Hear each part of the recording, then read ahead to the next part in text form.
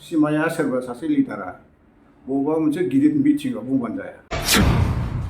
बिटिसिनि गोजौआवहाय Bodoland legislative council होननानै लिरदों। बेखौ सनानि हांखोजोंसो लिरनांगौमोन। दा बिथांमोना बेखौ सक पेन्सिलजोंसो लिरनानै दोनदों। बर' समाजा दाथ' डाउननिफ्राय डाउनसो जागासिनो दं। डिपार्टमेन्टनि सायाव पावार एन्ड काउन्सिलखौ मोननोब्ला 7 शेड्युलावहाय सोना लानांगौ। अखा थंब्लेटबो ओंखारा जोङो बर'फोरनि लिडारफोरनि माखासे एक्टिभिटिखौ नुयोब्ला। मोनसे समनि BPACनि लेङाइ आफादगिरि क'क्राझारनि थागिरि समाज सिबियारि प्रबिन कुमार बसुमतारिया बर'फोरनि थांखांनाय सम, आथिखाल आरो इयुनाव मा जानो हागौ बेनि सोमोन्दै साफ्रोम बर' रायजो राजाफोरनो खौरां बिजोंनि गेजेरजों बेसेन गोसा खेंफोरथि होदों। गोदोनिफ्रायनो जोङो आन्दलन खालामनायाव जड़ित दं। दानि मोनसे दावराव दावसि जाबाय थादों। नोङो कुइसनखौ थिखोन खालामदों।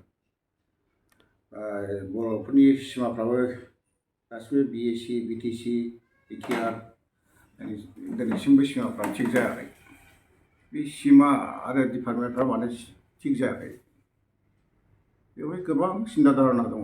खिन्थु जोंनि लिडारफ्राबो दासिमबो गोरों गोरा दंब्लाबो बहुद लेक्सारार प्रफेसरफोर दं। बिथांमोनहा माखासे जोंनि लिडारफोरखौ साजेसन होनो रोङाखै। जोंनि लिडारफ्राबो माखासे जिनिसखौ माने सिन्था धारना खालामनो रोङाखै। बे सिमा थिग खालामनांगौब्ला जोंहा भारतनि कनस्टिटिउसनावहाय फार्स्ट शेड्युल दं।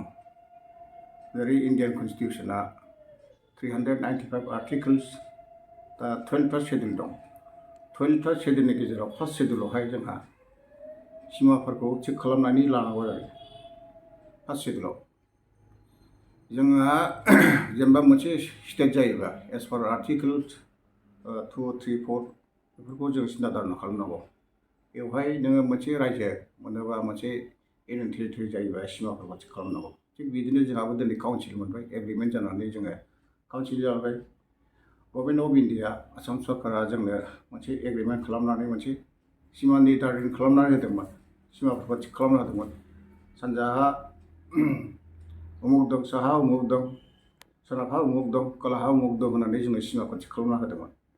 नाथाय बे बेलायावहाय दिनैहाय सिमाखौ थिग खालामना होदोंबाबो पलिटिकेलि जोङो जिअग्राफिक एरियाखौ जोङो थिग खालामना लानो रोङा। दा लानो रोङैनि खारनानो जाहैबाय मा, बे फार्स्ट शेड्युलावहाय नों इन्डियान कनस्टिटिउसननि फार्स्ट शेड्युलाव माखासे नियम निति दं। दा बेफोरखौ जों सिन्था धारना खालामनांगौ आरो। फार्स्ट शेड्युलाव नोङो नोंनि सिमाफोरखौ जेब्लासिम नोङो एमेन्डमेन्ट खालामनो रोङा, एमेन्डमेन्ट खालामनानै लानो रोङा, होमब्लासिम बे सिमाफ्रा केलिमिलि जाबाय थायो आरो। दिनै जोङो गवाफोरनि खोथा लानानै भारतजों सिगांथार जोङो दावराव दावसि जागासिनो दं। सिमाया सोरबा सासे लिडारा बबेबा मोनसे गिदिर मिटिंआव बुंबानो जाया। चिफ मिनिस्टाराबो बुंबानो जाया। दिनै जोंहा नों गोदोनिफ्राय जोङो मोजां MLA लिडार खालामनानै जोङो थिनहरो BACनि आन्दाराव, BTCनि आन्दाराव, BTAनि आन्दाराव। दिनैसिमबो बे सिमाफोरनि सोमोन्दै एसेमब्लियावहाय रावबो फुटाब खालामा। मानो खालामा? बिथांमोनहा रोंगौ ना रोङा? मा हिसाबै पाब्लिकफ्रा बिथांमोनखौ नोङो MLA बानायना हरखो? बेफोरनि सोमोन्दै बिथांमोनहा मोजाङै क्लियारिफिकेसन होनो रोङा। आरो बेराफारसे जोंहा ओरै सिमानि बेलायाव थांबाय। सिमायाव जोङो फार्स्ट शेड्युलाव जोङो सोना लानांगौ, एमेन्डमेन्ट खालामना लानांगौ। दा सिमानि बाथ्राखौ आं बुंथ'ला। दा नै माखासे डिपार्टमेन्टनि खोथा दं। दा 16था डिपार्टमेन्टखौ BTCआ DCनो हरफिनबाय होननानै दावराव दावसि जागासिनो दं। बेबो बेबादिनो।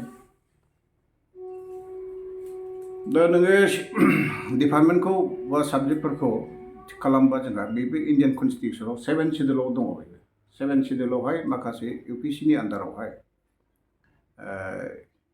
Union list, concurrent list, state list होननाय मोनसे लिस्ट दं।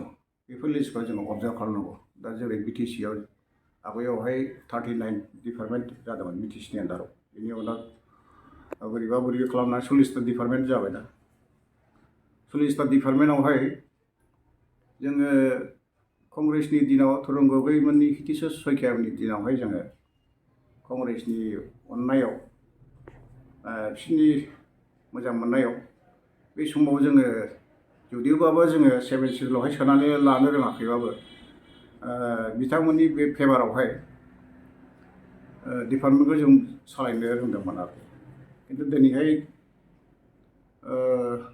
आसाम सरकारनि माखासे लिडारफ्रा फेभारखौ होदोंमोन खिन्थु दिनैसिम 7 सिडुलावहाय बे डिपार्टमेन्टखौ लानो रोङैयाव जोङो पावार एन्ड फांसनखौ जोङो डिपार्टमेन्टनि सायाव जों बाहायनानै लानो रोङाखै आरो दिनै जोङो नुदों बै माने बिटिसिनि गोजौआवहाय बड'लेण्ड लेजिस्लेटिभ काउन्सिल होननानै लिरदों गिलुबालु बड'लेण्ड लेजिस्लेटिभ काउन्सिल खिन्थु बेखौ सनानि हांखोजोंसो लिरनांगौमोन दा बिथांमोना बेखौ सक पेन्सिलजोंसो लिरना दोनदों बे खामानि गैया आरो ओंखायनो बेखौ पावार एन्ड फांसनखौ मोननोब्ला डिपार्टमेन्टनि सायाव पावार एन्ड फांसनखौ मोननोब्ला 7 सिडुलावहाय सोना लानांगौ आरो 7 सिडुलाव माखासे आर्टिकेल दं बे आर्टिकेलफोरखौ जों सोदांनानै लानांगौ होमब्लासो जागोन ना दिनै दाबो खालामनो हायो जों गावजों गाव बेखौ बखिलायनानै लाब गैया सोरबा हाग्रामाखौ बखियो सोरबा प्रमद बर्डखौ बखियो सोरबा सानसुमाखौ बखियो दा बेफोरबायदि जों बखिनानै लाब गैया आरो दा ओंखायनो जोङो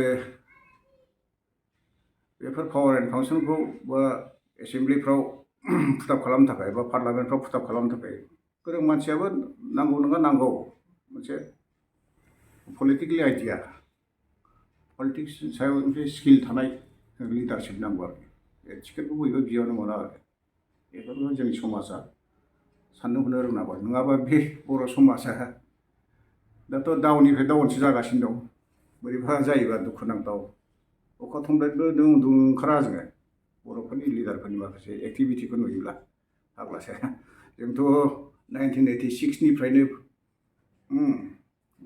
गिलु बालु गाव गावनि थाखा फैसा बाहायनानै बिसि फिसाजों लांनायखौल' जों आन्दलन ओंखारबोदोंमोन दिनै ना बिटिआरनि ना बिटिसिनि एक फैसाबो जों मोनजायाखै दिनैसिम बुंनो थाङोब्ला जों गावबागाव जों साख्रि बाख्रि मावनानै एफा एनै बिजनेस मावनानैसो जों जागासिनो जोंहा थाखा फैसानि लाब गैया रायजो राजाफ्रा एसे सानै हयै एबार इलेक्सनखौ ओंखायनो मानसिफोरखौ नायनानै भटखौ होनाया मोजां आरोखि